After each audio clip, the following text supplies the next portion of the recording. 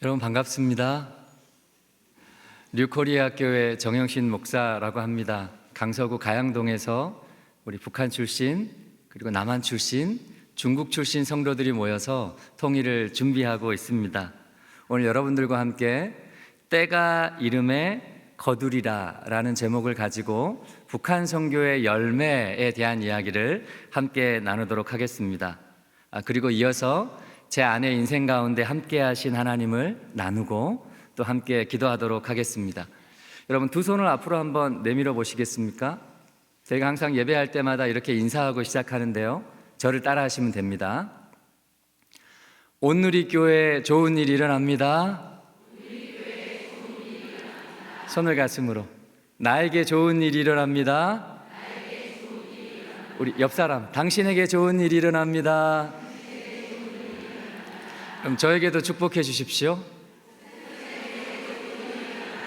아멘. 함께 예배하는 여러분들에게도 우리의 아버지가 되시는 하나님과 우리의 주인 되시는 예수 그리스도와 또 우리와 늘 함께 하시는 성령을 통해서 좋은 일이 많이 있기를 주님의 이름으로 축복합니다. 저는 지난 2006년에 북한 사람을 처음 만났습니다. 대학을 졸업하고 1년 동안 중국에 나가 있을 기회가 있었는데요, 하루 일과를 마치고 해변가에 나가면 거의 비슷한 시간에 이렇게 옷을 깔끔하게 차려입고 가슴에 김일성 배지를 달고 오와 열을 맞춰서 지나가는 사람들이 있었어요. 지금 생각하면 북한 유학생들이었던 것 같습니다. 그때 북한 사람들이 제 가슴에 들어왔어요. 그리고 한국에 와서 가장 처음 섬긴 목사님이 북한에서 오신 분이었습니다. 가장 처음 섬긴 성도들도 북한에서 오신 분들이었습니다.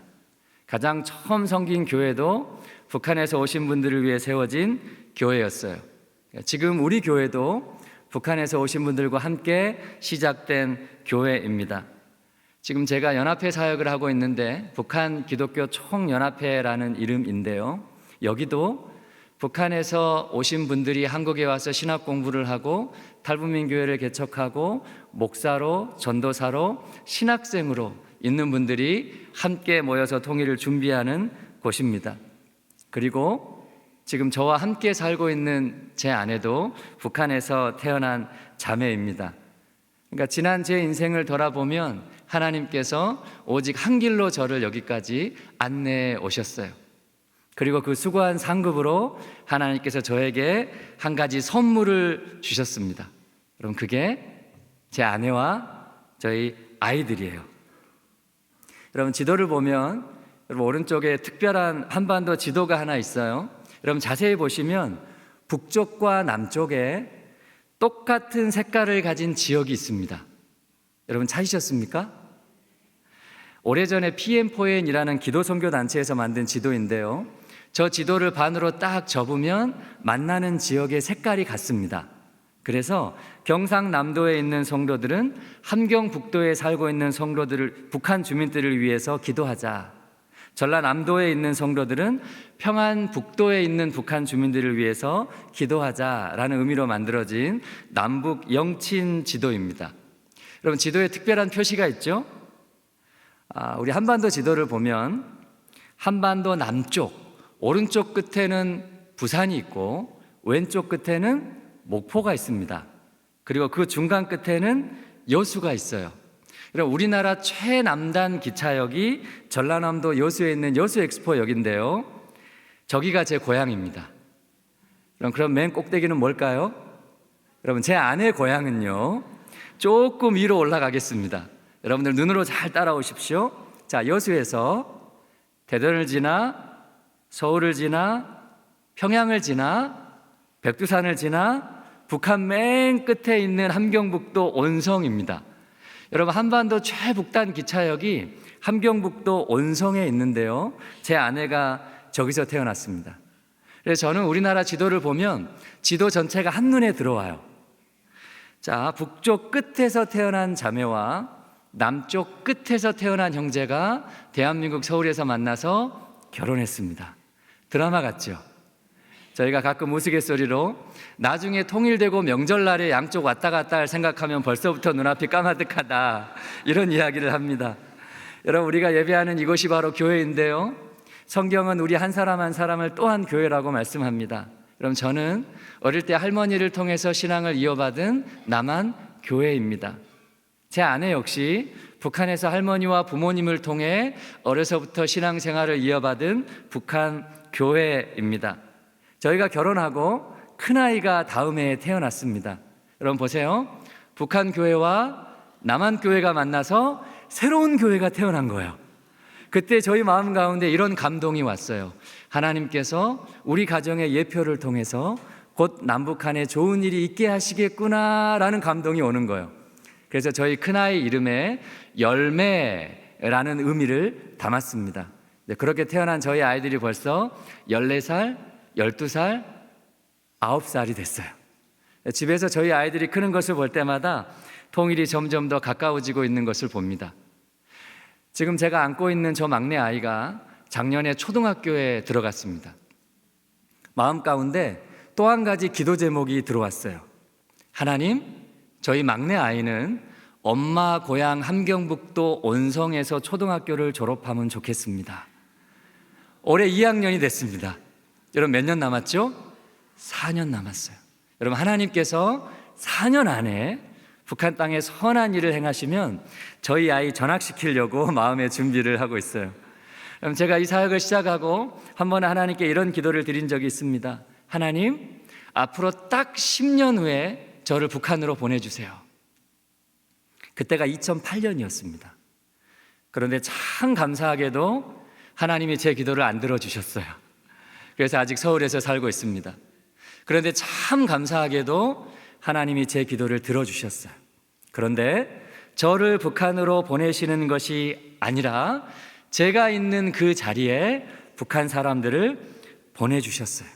그리고 제가 있는 바로 그곳이 또 다른 북한이 되게 하셨습니다. 그리고 북한에서 오신 분들과 함께 통일을 준비하고 하나님께서 열어주실 새로운 북한 땅에 들어가 살게 될 것을 소망하게 하셨어요. 여러분, 이것이 저의 기도의 응답이었습니다. 여러분, 우리는 종종 하나님께서 비전과 꿈을 주실 때 하나님 앞에 헌신하고 하나님께 결단하기를 주저합니다. 왜 그래요? 내가 내 입술로 하나님 앞에 헌신하고 고백하면 하나님이 나를 내가 알지 못하는 어디론가 보내버리실 것만 같은 착각을 하기 때문에 그렇습니다. 그런데 여러분, 걱정하지 마십시오. 하나님께서 어느 날 우리 10년 가운데 비전을 심어주시고 꿈을 심어주실 때는요, 여러분, 마음 놓고 헌신하시기 바랍니다. 마음 놓고 여러분들의 인생을 하나님 앞에 드리시기 바랍니다. 왜 그래요? 하나님께서는 가장 좋은 것으로 우리에게 응답하는 분이시기 때문에 그렇습니다. 그래서 우리가 신앙생활을 하는 동안 어떤 관점을 가지고 하나님을 바라보느냐, 우리가 북한을 위해서 기도할 때 어떤 관점을 가지고 북한을 바라보느냐에 따라서 우리의 다음 행동은요, 전혀 달라지는 거예요. 그럼 저는 지난 17년 동안 북한과 관련된 참 많은 사람들을 만날 기회가 있었습니다. 그런데 참 안타깝게도 북한 선교 현장에 있는 많은 분들이, 많은 교회들이 그 마음 가운데 좌절감이 있는 것을 발견하게 됐어요. 지쳐 있는 거예요.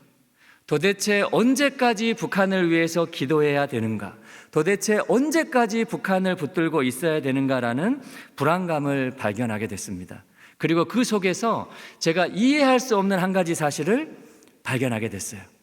그럼 그것이 뭐냐면요, 오랫동안 북한을 품고 기도해온 성도들이 정작 한국에 들어와 있는 북한 사람들에게는 관심이 없더라고요. 저는 이게 참 이상했습니다. 나중에 북한 땅의 문이 열리면 북한에 올라가서 교회를 세운다고 준비하는, 그리고 재정을 모으고 사람을 준비하는 교회들이 참 많이 있습니다. 그런데 정작 그런 교회들이 한국에 와 있는 북한 사람들이 모여서 세운 탈북민 교회에는 관심이 없더라고요. 저는 이것도 참 이상했어요. 그런데 어느 날 보니까 이분들의 관심이 본인들도 모르게 북한 사람에게 있는 것이 아니라 북한 땅에 가 있더라고요. 여러분, 한국 교회가 북한 땅을 변화시켜 달라고 얼마나 오랫동안 기도했습니까? 그런데 여러분, 북한 땅이 변했어요? 안 변했어요? 안 변했어요.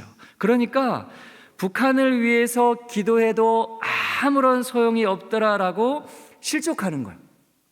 그러다가 어느 날 북한이 또 핵을 쏘아 올렸다는 기사가 나오면 이제 기도가 멈춰지는 것입니다. 마음 가운데 하나님을 향해서 실망하는 거예요. 왜 그래요? 어느 순간부터 북한 선교의 관심이 북한 사람이 아니라 북한 땅에 집중되어 있었기 때문에 그렇습니다. 그런데 여러분, 우리가 북한 선교의 열매를 북한 땅의 변화가 아니라 북한 사람으로 보기 시작하면요, 이미 우리 주변에는 우리 눈으로 확인할 수 있는 수많은 북한 선교의 열매들이 있습니다. 여러분, 우리가 실제로 확인할 수 있는 것만 제가 몇 가지 적어봤어요. 지금 한국에 3만여 명의 탈북민 이웃들이 들어와 있는데요, 이분들 중에 통계상 무려 1만 명의 탈북 그리스도인들이 있습니다. 이분들 중에 한국에 와서 소명을 받고 신학을 공부하고 목사, 전도사가 된 탈북민 사역자들이 최소 200명입니다. 그리고 지금 전국의 신학교에는요 70여 명의 탈북민 신학생들이 공부하고 있습니다. 이분들을 통해서 세워진 탈북민 교회가 지난 20년 동안 90개가 넘게 개척이 되었습니다. 여러분, 200, 90, 70 이런 얘기를 들으면 숫자가 별거 아닌 것 같잖아요. 그런데 이것을 비율로 환산해 보면 이제 비로소 실감이 납니다. 여러분, 대한민국 전체 기독교 비율을 이제 작게는 15%, 많게는 20%로 잡습니다. 그런데 우리 탈북민들의 기독교 비율은요 40%가 넘습니다. 2배 이상 높아요. 대한민국 국민 500명당 1명이 목회자입니다. 그런데 탈북민들은요 150명당 1명이 목사 전도사로 준비가 되어 있습니다. 3배 이상 높아요. 대한민국 전체 인구 1000명당 교회 하나가 세워져 있습니다. 그런데 탈북민 사회는요 400명당 탈북민 교회 한 개가 세워져 있습니다. 2.5배 이상 높아요. 그런데 이 수치는요 도저히 설명할 수가 없는 수치인 거예요. 이것이 바로 누구도 부인할 수 없는 한국교회 북한 선교의 열매입니다. 여러분들이 늘 이 자리를 지키면서 북한을 위해서 기도해온 여러분들의 기도의 열매예요. 여러분, 하나님께서 우리에게 열매를 주실 때 우리가 어떻게 받습니까? 기쁨으로 받죠? 즐거움으로 받죠? 감사로 받아요. 하나님께서 주신 열매는 누려야 되는 거예요. 그런데 이 열매를 바라보는 2가지 평가가 있습니다. 하나는 긍정적으로, 하나는 부정적으로. 우리 안 좋은 것을 먼저 볼까요? 여러분, 부정적인 해석인데요 1만 명의 탈북 기독인들 중에 가나안 성도의 비율이 70% 이상 되는 것으로 파악을 합니다. 여러분, 우리가 흔히 교회에서 상처받고 교회 안 나가는 성도들을 거꾸로 가나안 성도라고 부르잖아요. 그러니까 탈북민 성도들은요 10명 중에 7명이 교회에 안 나가는 거예요. 전체 남한 성도들의 가나안 성도와는 30% 정도가 된다 그래요. 그런데 우리 탈북민 성도들의 가나안 성도와는 2배 이상 심각한 상황입니다. 그래서 지금 우리는요 교회 안에서 상처받고 떠난 탈북민 성도들을 어떻게 하면 다시 한번 교회로 찾아오게 할 것인가를 고민해야 합니다. 여러분, 지금 신학 공부를 마친 200여 명의 탈북민 사역자들 중에 실제로 현장에서 사역하고 있는 분들은 불과 60% 내외예요. 여러분, 이것은요 한국에 와서 소명을 받고 4년 혹은 7년 동안 신학 과정을 다 마치고 세상에 나간 분들이 10명 중에 4명에 이른다라는 이야기입니다. 여러분, 지난 20년 동안 탈북민 교회 20%가 없어졌습니다.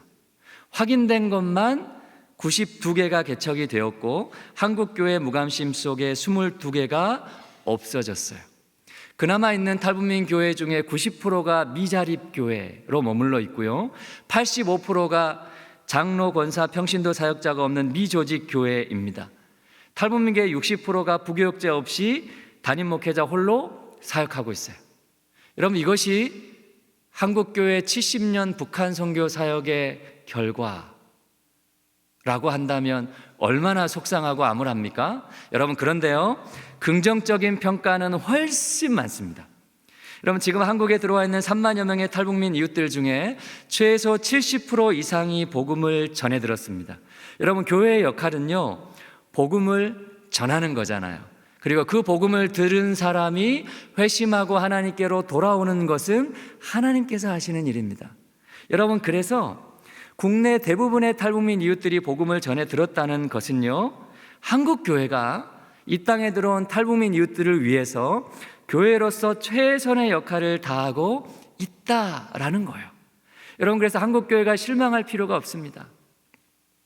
여러분, 지금 10% 이상의 탈북민 교회가 자립하고 예배당을 매입했습니다. 근데 여러분, 이것은 조금 이상한 비율인 것 같지 않으세요? 우리가 방금 전에 부정적인 평가에서 90%의 탈북민 교회가 미자립입니다 라는 이야기하고 10%의 탈북민 교회가 자립하고 예배당을 매입했습니다 라는 이야기는 같은 말이에요. 그런데 우리가 이것을 어떻게 보느냐에 따라 완전히 달라집니다. 여러분, 올해 탈북민 교회 역사가 20년이 되었어요. 그런데 아직 대부분의 탈북민 교회들이 10년 미만의 작은 개척교회들입니다. 탈북민 목회자들도 한국 생활이 낯설고요, 탈북민 성도들도 한국 생활이 낯섭니다. 그런 분들이 모여있는 교회 10% 이상이 자립하고 예배당을 매입했다라는 것은 오히려 가능성을 보여주는 수치라는 거예요. 같은 관점에서 탈북민 교회 15%가 장로 권사를 세우고 조직교회의 모습을 갖췄습니다. 탈북민 교회 40%가 남북한 출신 부교역자를 청빙해서 함께 사역하고 있습니다. 출석 성도 100명이 넘는 탈북민 교회가 드디어 나오기 시작했어요. 남북한 성도의 비율이 50대 50에 가까운 교회들이 생겨나기 시작했습니다. 여러분, 저희 교회는요, 지난 2011년에 탈북민 성도 3명이 모여서 시작을 했어요. 그런데 13년이 지난 지금 성도 구성원이 놀랍게 달라졌습니다. 지금 저희 교회 안에는요, 북한 출신, 남한 출신, 중국 출신, 이렇게 다양한 곳에서 태어난 성도들이 모여서 함께 예배하고 있어요. 남한 사람 중에는요, 실향민 자녀가 있고, 그리고 북한 선교에 헌신된 성도들이 있고, 그리고 북한과 전혀 상관없는 지역 주민들이 있어요. 여러분, 중국 출신 성도 중에는요, 조선족 성도들이 있고 한족 성도들이 있습니다.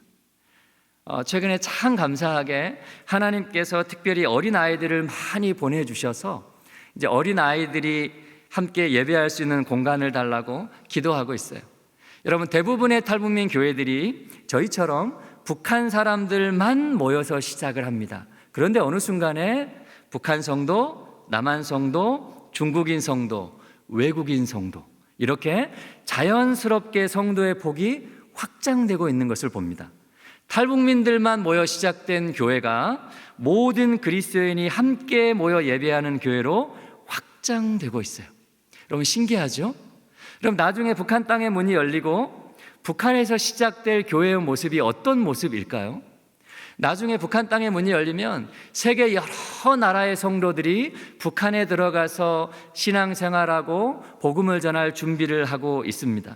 그래서 북한에 세워질 교회는요, 북한 주민들을 중심으로 남한에서 올라간 성도들, 중국과 일본에서 건너간 성도들, 미국에서 건너간 성도들, 남미와 유럽에서 몰려드는 성도들, 이런 다양한 배경의 그리스도인들이 한데 모여서 어우러지는 교회가 될 것입니다.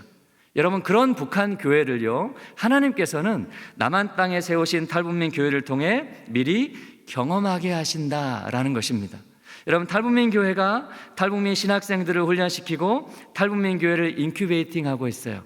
탈북민 교회가 아직 세워지지 않은 교회에 탈북민 신학생들을 보내서 그곳에서 교회가 세워지게 하고 있습니다.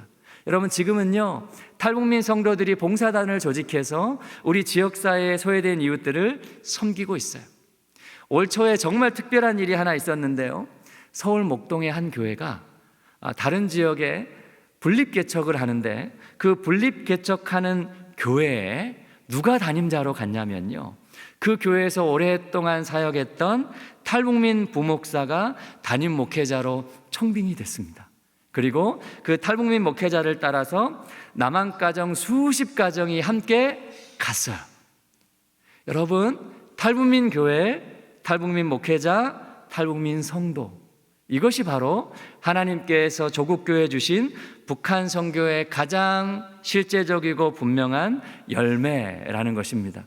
이 자리에 계신 여러분들의 기도의 열매예요. 여러분, 하나님께서는요, 우리의 기도를 들으시고 이미 전에 수많은 열매들을 우리 가운데 주셨다라는 거예요. 그래서 우리는요, 하나님의 일하심을 확신하고 오늘도 기도의 자리를 지키는 것입니다. 여러분, 지금 오늘날 우리의 북한 선교는요, 어려운 일이 아닌 거예요. 복음 통일을 이루실 하나님께로 우리의 믿음의 시선을 돌리는 것입니다. 그것을 우리는요, 생각의 지경을 넓힌다라고 이야기합니다. 여러분, 무슨 말이에요? 내 가정 안에만 머물러 있던 내 생각을 우리 주변에 살고 있는 탈북민 가정을 향해서 넓히는 거예요. 내 자녀에게만 머물러 있던 생각을 저 북한에서 자라나고 있는 꽃제비 아이들을 향해서, 중국에서 외롭게 태어나 자라고 있는 아이들을 향해서 넓히는 거예요. 내 교회, 우리 교회 안에만 머물러 있던 생각을 하나님께서 우리 주변에 세우신 탈북민 교회를 향해서, 그리고 북한 땅에 세우실 교회를 향해서 넓히는 거예요. 내 나라 안에만 머물러 있던 생각을 하나님의 나라와 열방을 향해서 넓히는 것입니다. 여러분, 그럴 때 우리는요, 불가능한 일이 가능하게 되는 통로로 사용되는 것입니다. 여러분, 이제 제 아내가 나와서 간증을 할 텐데요, 여러분, 북한에서 살다 나온 사람들조차도 북한 땅에서 신앙생활 한다는 것은 도저히 불가능하다, 그렇게 이야기합니다. 여러분, 그런데 하나님께서는요, 하나님의 자녀들을 능력의 손으로 덮으시고 지금도 믿음의 열매를 이어오고 계신다라는 것입니다. 그 하나님에 대한 이야기를 우리 김은진 자매가 이어서 나누도록 하겠습니다. 여러분, 박수로 환영하겠습니다.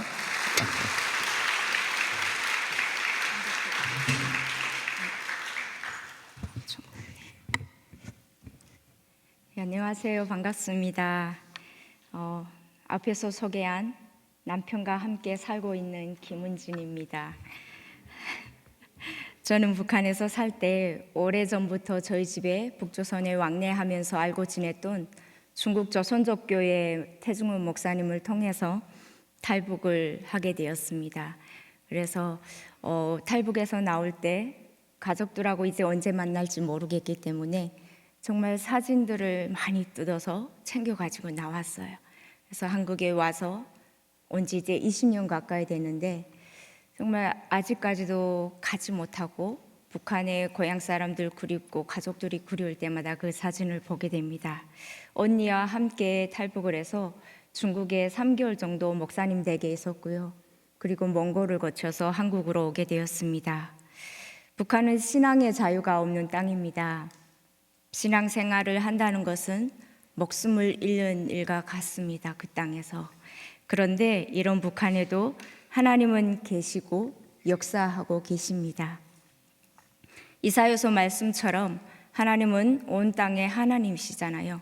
그래서 신앙의 자유가 없는 저 북한 땅에도 하나님께서는 여전히 살아계시고 역사하시고, 하나님께서는 믿음의 사람들을 저 북한 땅 가운데 남겨놓으시고 주님의 보혈로 덮어 보호하시고 눈동자와 같이 지키시며 지금도 그곳에서 그 지켜내 주신 북한의 신앙인들이 예배하고 있다는 사실입니다.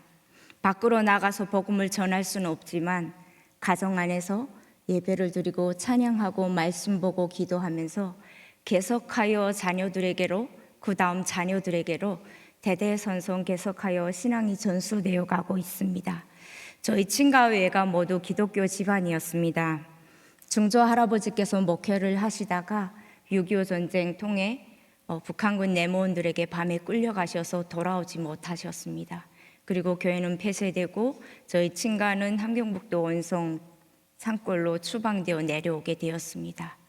그리고 저희 중조 할아버지께서 목회하셨던 기록들을 제가 한국에 와서 한기총에서 발행된 북한교회 재건 자료집을 보게 되었는데, 그 자료집에 중조 할아버지께서 목회하셨던 교회 이름과 교단명과 그리고 그 지역 이름, 또 중조 할아버지 이름이 아직 기록되어 있는 것을 보게 되었습니다.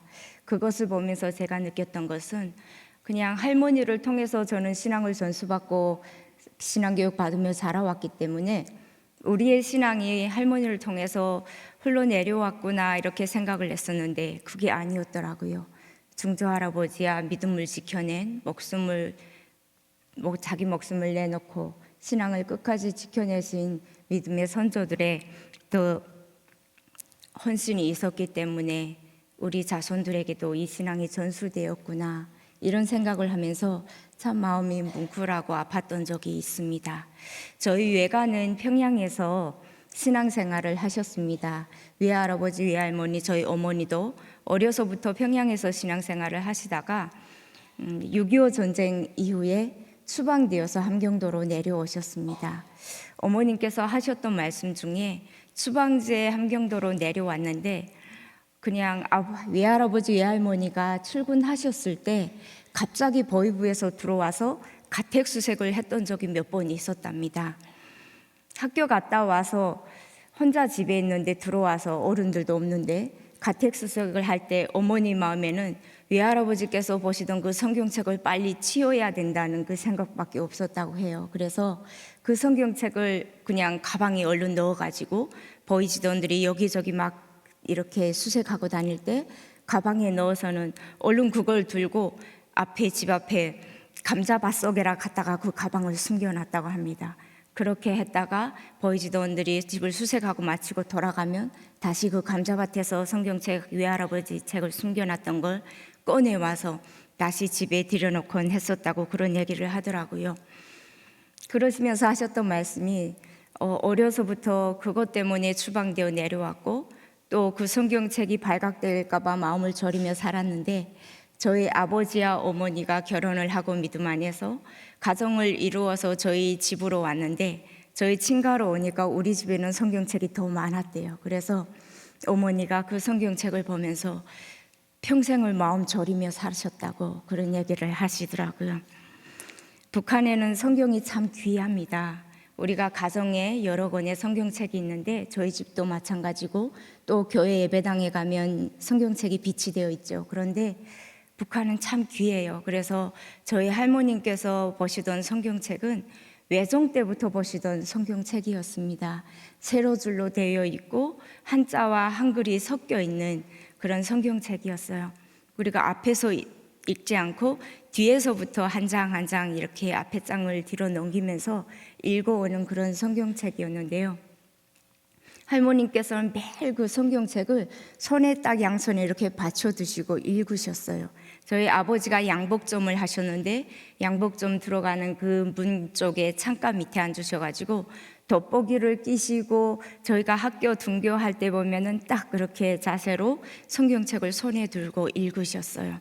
그렇게 할머니께서 성경책을 읽는 모습 보면서 학교에 갔다가 점심 식사 시간이 되어 돌아오면 계속 할머니는 그 자세로 성경 말씀을 읽으셨어요.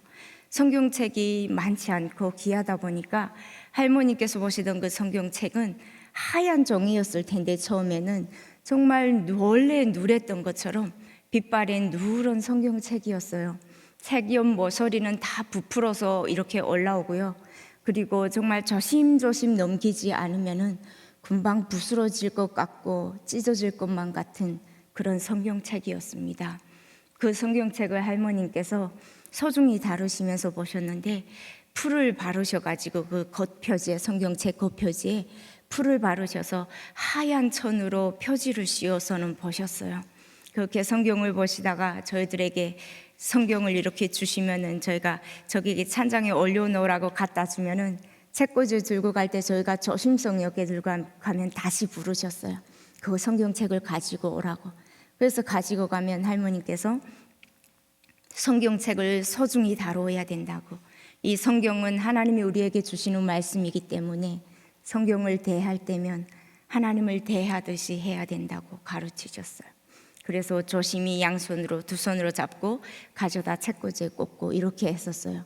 그리고 성경 말씀을 볼 때도 많이 우리한테 한 구절이라도 봐야 된다 하시고 성경 말씀 읽을 때도 세상의 지식과 이론으로 그 성경 말씀을 이해하려고 하면 안 된다고 말씀을 보고 또 보면서 그때마다 하나님께서 주시는 깨달음과 감동들이 있는데 그 깨달음과 감동들을 통해서 믿음을 키워나가는 것이라고 가르쳐 주셨어요.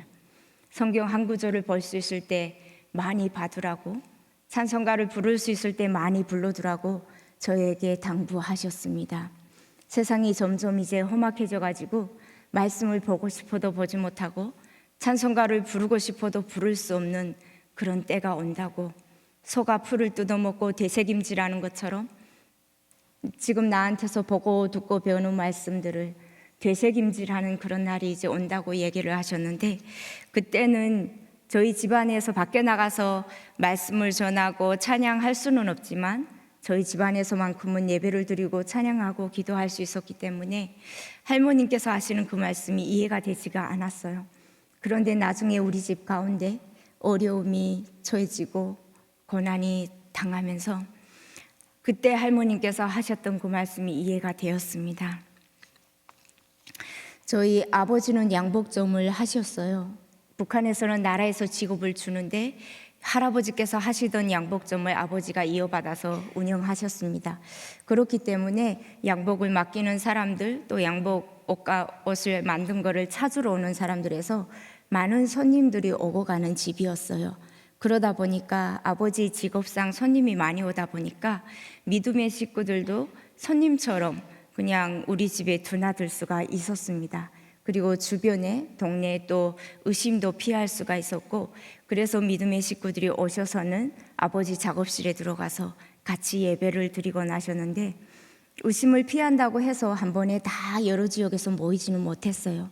왜냐하면 여러 사람들이 한꺼번에 모이면 감시가 생길 수 있기 때문에 여러 곳에서 지역에서 모이지 못하고 각각의 지역에서 이번 주는 다른 지역, 이번 주는 이쪽 지역에서 그냥 번갈아 가시며 오셔서는 예배를 드렸습니다.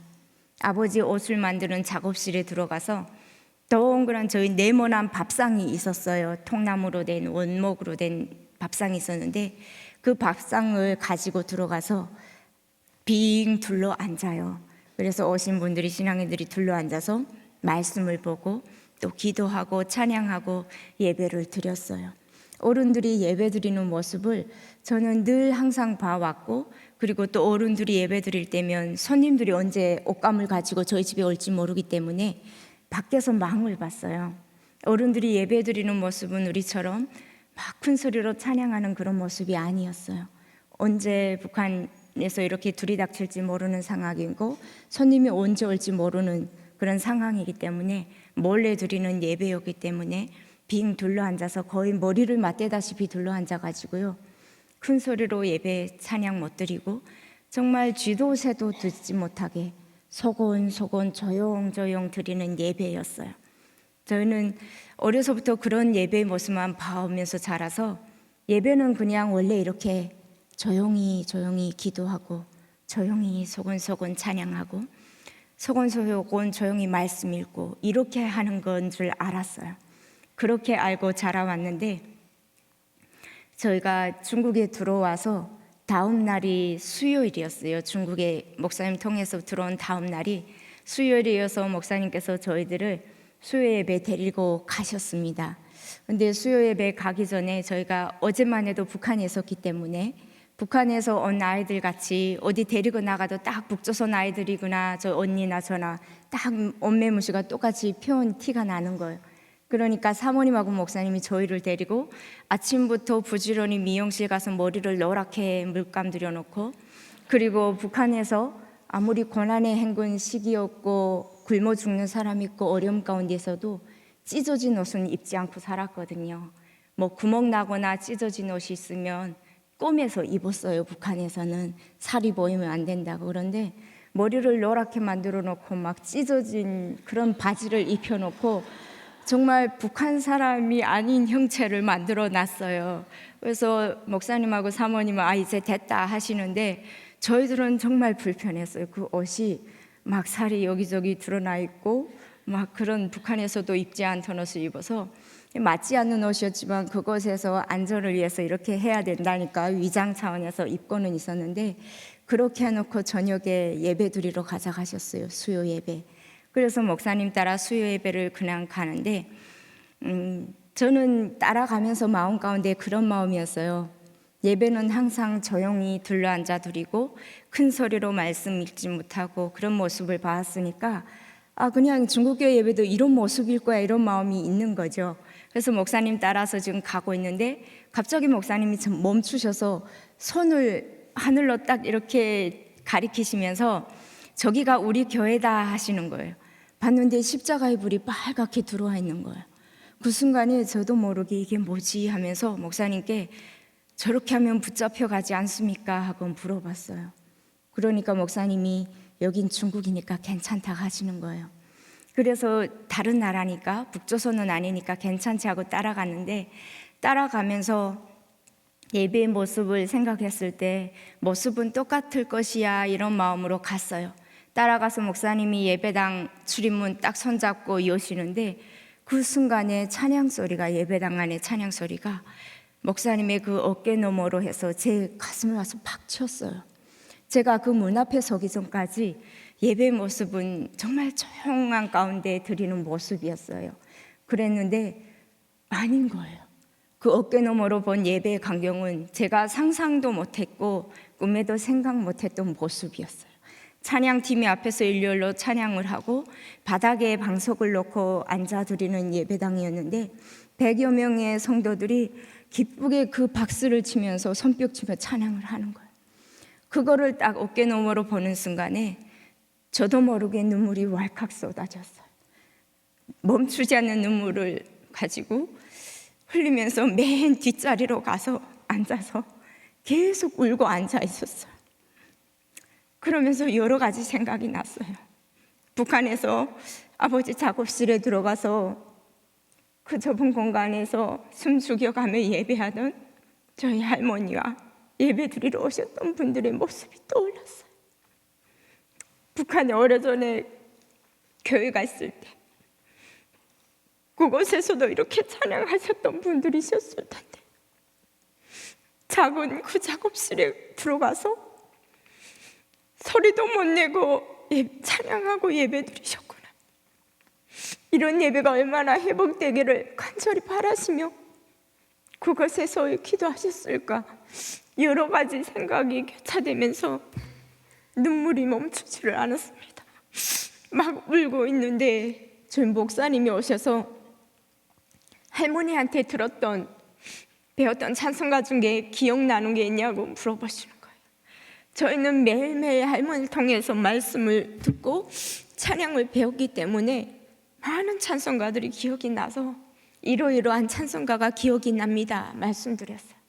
그랬더니 목사님이 강대상에 올라가셔서 우리 찬송 한 곡만 더 하고 예배 말씀 전하시겠다고 해서 찬양을 부르시는데 중국교회 성도들이 다 아는 찬양인 거예요.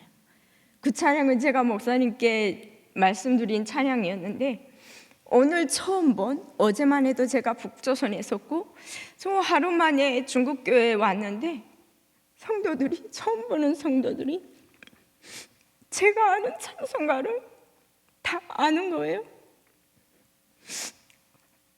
큰 소리로 부르는 거예요. 저도 북한에서 부르던 찬송가를 처음 보는 중국 선도들하고 부르니까 신이 나서 눈물을 닦으며 큰 소리로 불렀어요. 기뻐가지고. 그런데 문제가 하나 있어요. 저는 어려서 할머니한테 할머니 버전으로 배운 거예요. 근데 중국교회 성도들은 멜로디나 이게 할머니한테 배웠던 멜로디하고 안 맞는 거예요. 가사는 거의 맞는데 얼추. 그래가지고 제가 막 너무 신나니까 어제만 해도 북한에서 불렀는데 이곳에서 처음 본 사람들하고 한 하나님을 찬양하고 부르니까 큰 소리로 삑 했는데 다 내려가는 거예요. 그리고 저는 또 내려가는데 중국교회 성도들은 또 올라가고 고음을 내고 있고 저는 그러면서도 너무 기뻤어요. 북한에서 살아가면서 저는 정말 내가 믿는 하나님이 세상 열방 가운데 살아계신 하나님이시지만 정말 동일하게 이런 같은 찬양을 부른다는 걸 생각 못하고 살았거든요. 그런데 두만강을 건너 왔는데 하루 만에 보니까 다 알고 있고 그러면서 깨달았어요. 그렇지, 우리가 믿는 하나님은 동일하신 하나님이시지. 그러니까 우리가 동일하게 같은 목소리로 같은 가사로 멜로디로 찬양하는 것이지. 그러면서 너무 기쁘게 찬양을 했었어요. 그런데 제가 할머니한테 배웠던 그 많은 찬양들이 한국교회 성경책에는 많이 기록이 되어 있지 않더라고요. 남아있지 않고, 그리고 교회 안에서 많이 불려지지를 않아요. 그런데 딱 한 곳에 가면 찬송가가, 제가 할머니한테 북한에서 많이 불렀던 찬송가가 많이 나와요. 어딜 것 같으세요? 장례식장. 장례 예배 가면, 천국 한송 예배 가면은 항상 그 천당에 대한 찬송가 가사들이 많이 나오더라고요. 근데 우리 교회 안에서는 거의 불려지지 않잖아요. 근데 제가 그때 깨달았어요. 북한이라는 험악한 제약된 세상 가운데서 할머니께서 우리 손주들에게 바라셨던 그 마음을 느꼈어요. 그 제약된 세상 가운데서 세상에 헛된 것을 좇지 않고 우리 손주들이 하늘나라 천당의 소망을 품고 살아가기를 바라는 할머니, 그 간절한 마음으로 우리에게 천당에 대한 찬송가를 그렇게 많이 가르쳐 주셨더라고요.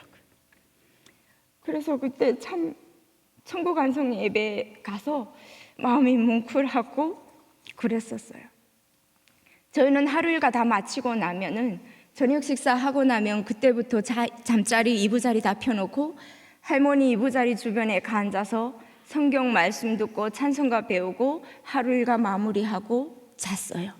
그렇게 했었는데 저희가 저녁 식사 끝나고 나면 먼저 문을 다 잠궈요. 출입문 잠그고 창문 잠그고 다 잠그고, 그리고 또 한 명은 돌아가면서 창문들을 다 가립니다. 블라인드 가리고 출입문 양옆에 못이 박혀 있는데 못에다가 이렇게 담요를 딱 걸어서 저희 집안의 일체 행동과 불빛이 밖으로 새어 못 나가게 가려버립니다.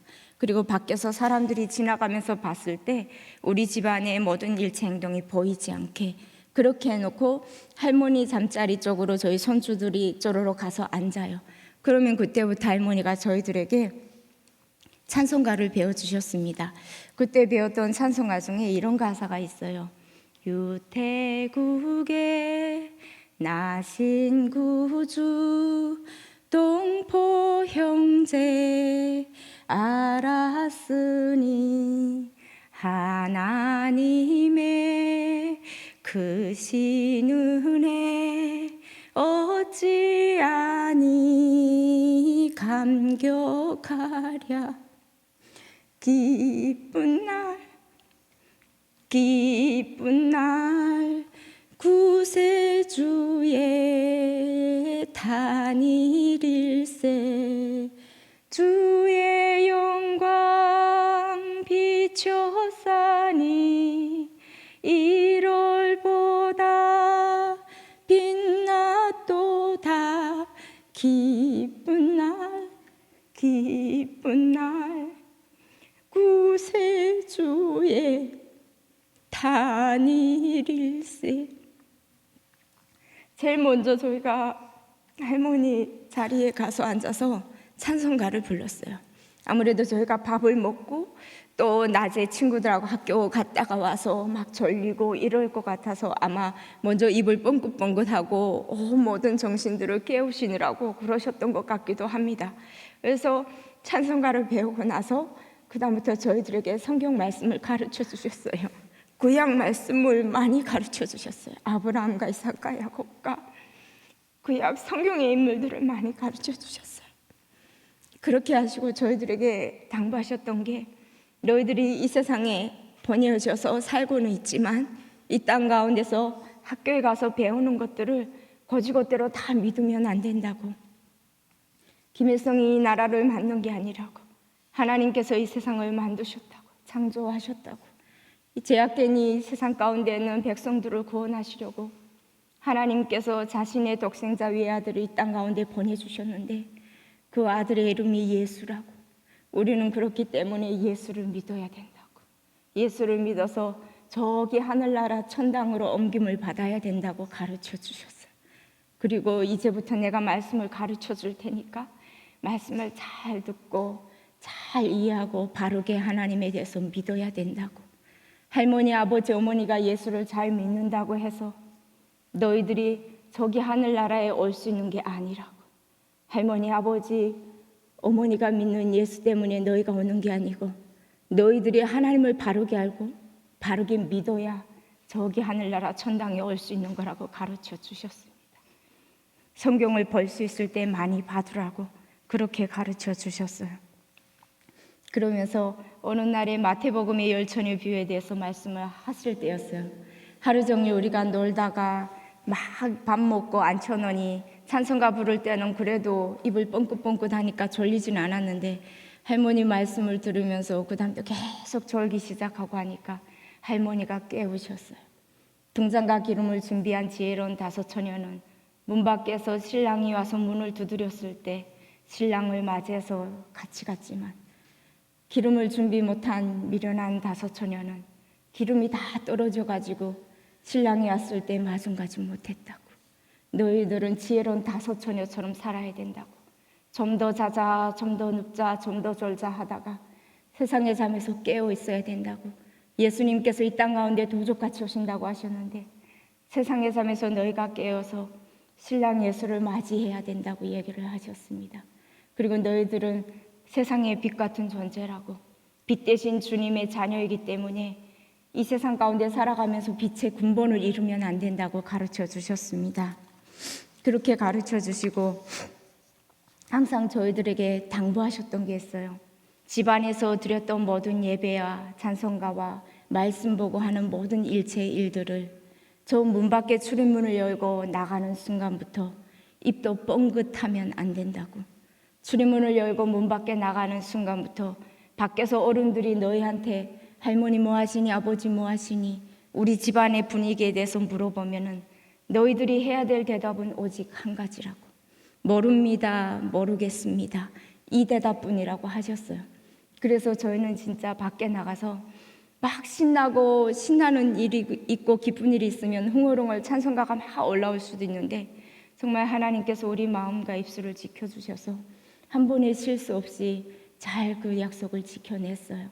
그리고 저희는 밖에 나가서 예배 드릴 수는 없지만 집안에서만큼은 말씀 보고 찬양하고 예배 드릴 수 있었기 때문에 이 예배가 그냥 쭉 지속될 줄 알았어요. 우리 집에서 예배만큼은. 그랬는데 1994년 김일성이 죽던 해예요. 그 해 12월 18일 날에 갑자기 북한군 보위부 보위지도원 4명이 갑자기 우리 집에 둘이 닥쳤어요. 저는 그날 학교를 가 있었고 전에 그 시간에 우리 집에서는 아버지를 끌고 가는 일이 일어났어요. 아버지 작업실에 보위지도원들이 들어와서 아버지를 끌고 가고 아버지가 보시던 성경책을 빼앗겼습니다. 그렇게 아버지가 끌려가신 후로 영 돌아오지 못하셨어요. 지금까지 소식을 몰라요. 그리고 그 당시에 고모도 함께 붙잡혀 갔어요.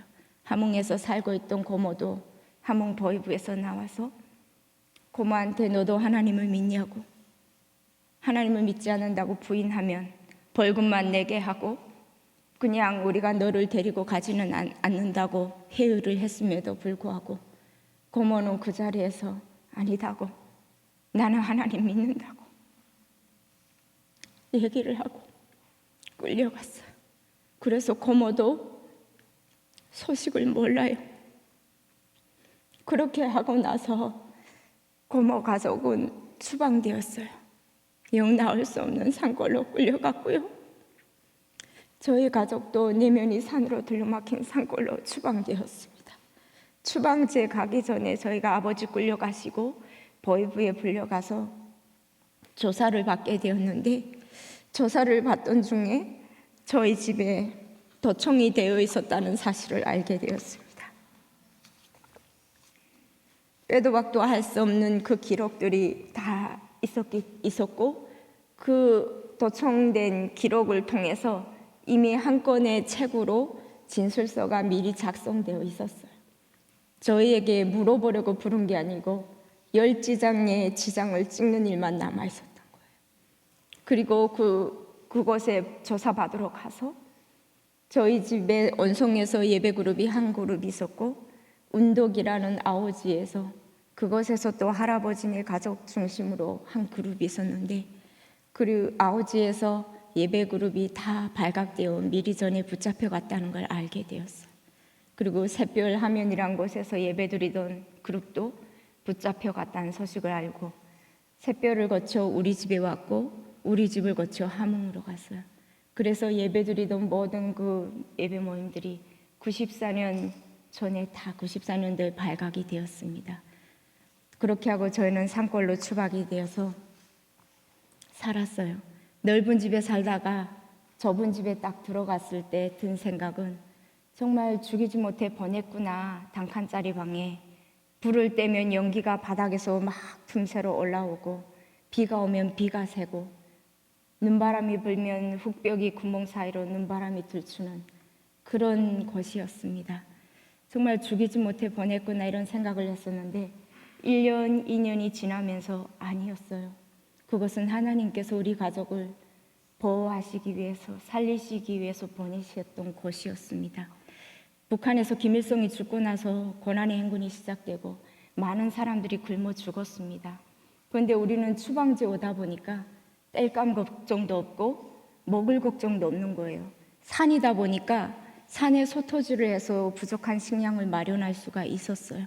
그러다 보니까 그냥 땔감 걱정 없이 따뜻한 방에서 지낼 수가 있고 먹을 걱정이 없이 정신적으로 육체적으로 핍박은 오고 있지만 그래도 먹고 사는 데는 지장이 없이 살 수가 있었어요.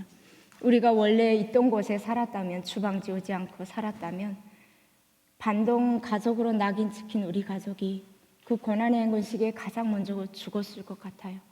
그런데 하나님께서는 북한 보위부에서는 우리 가족을 죽으라고 추방지에 옮겨놨지만 하나님께서는 우리 가족을 살리시려고 그 추방지로 옮겨 놓으셨던 거예요. 그곳에서 정말 하나님께서 저희들에게 피난처가 되어주시고 안식처가 되어주셔서 정말 먹을 걱정 없이 정신적인 핍박은 있지만 그래도 우리가 살아남을 수가 있었어요. 그래서 그곳에서 10년간 살다가 중국의 목사님하고 연결이 되었고 목사님이 사람을 보내서 저희가 탈북을 하게 되었습니다. 참 어렵고 힘든 여정이었습니다. 그 10년이라는 주방지의 생활이 참 어려웠어요. 그곳에서 저희가 밭에 나가서 들에 나가서 그냥 하늘만 쳐다보고 하나님 이름만 불러도 눈물이 나왔고 정말 그곳에서 하나님께 막 하고 싶은 얘기들을 다 하면 하나님이 마음 가운데 평안으로 찾아와 주셨어요. 그 가운데서 눈물 흘리면서 불렀던 찬양을 한 곡 하려고 해요.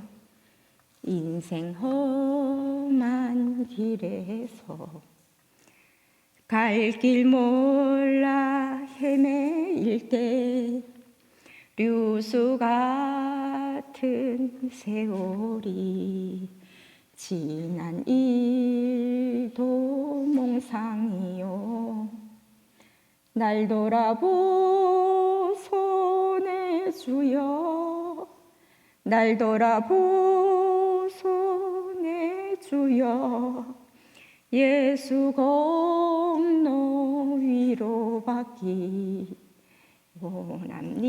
원합니다 내 주여. 참 어렵고 힘든 고난의 연속이었지만 그 고난을 통하여서 살아계신 하나님을 깊이 만날 수가 있었습니다. 우리가 하나님을 믿는 사람들에게 고난이 찾아오지 않나요? 하나님을 믿지만 이 세상 가운데 살아가는 우리들에게도 고난과 질병과 죽음은 언제든지 찾아옵니다. 그러나 우리가 두려워하거나 절망하지 않는 것은 진실로 하나님 앞에서는 죽음이 끝이 아니기 때문입니다. 하나님 앞에서는 죽음이 인생의 목표가 아니고 인생의 마침표가 아니고 무덤이 인생의 종착지가 아니기 때문이에요. 우리는 그 죽음 너머에 또 다른 세상이 있고 삶이 있음을 믿는 사람들입니다. 우리 하나님은 절망을 희망으로 바꾸시고 슬픔을 기쁨으로 바꾸시고 악을 선으로 바꾸시고 어둠을 빛으로 바꾸실 수 있는 불가능을 가능하게 하시는 하나님이십니다. 우리 하나님은 성경 말씀에 보면 죽은 자도 살리신 하나님이십니다. 죽음을 생명으로 바꾸신 하나님이십니다. 우리도 그 죽은 자를 살리시고 죽음을 생명으로 바꾸시는 하나님을 믿으면 우리도 삽니다. 저는 오늘 여러분들에게 정말 고난이 왔을 때 그 고난이 참 힘듭니다. 지나가면 은혜지만 그렇지만 그 고난 가운데 함께 하시는 하나님이 계심을 분명히 저는 믿고 확신을 합니다. 그래서 어려운 가운데 계실 때 그 하나님과 함께 잘 이겨내시는 여러분들이 되면 좋겠고, 또 죽은 자를 살리셨던 그 하나님, 살리시는 하나님을 믿으면서 그 하나님을 최고의 우리 인생의 목표로 삼고 살아가시는 여러분들이 되기를 축복합니다. 그리고 기억나실 때마다 저 북한 땅에 여전히 살아 역사하시는 하나님, 그 하나님께서 보호하시고 있는 북한의 지하교인들을 계속하여 기억하시고 저들을 위해서 계속하여 기도해 주시면 좋겠습니다.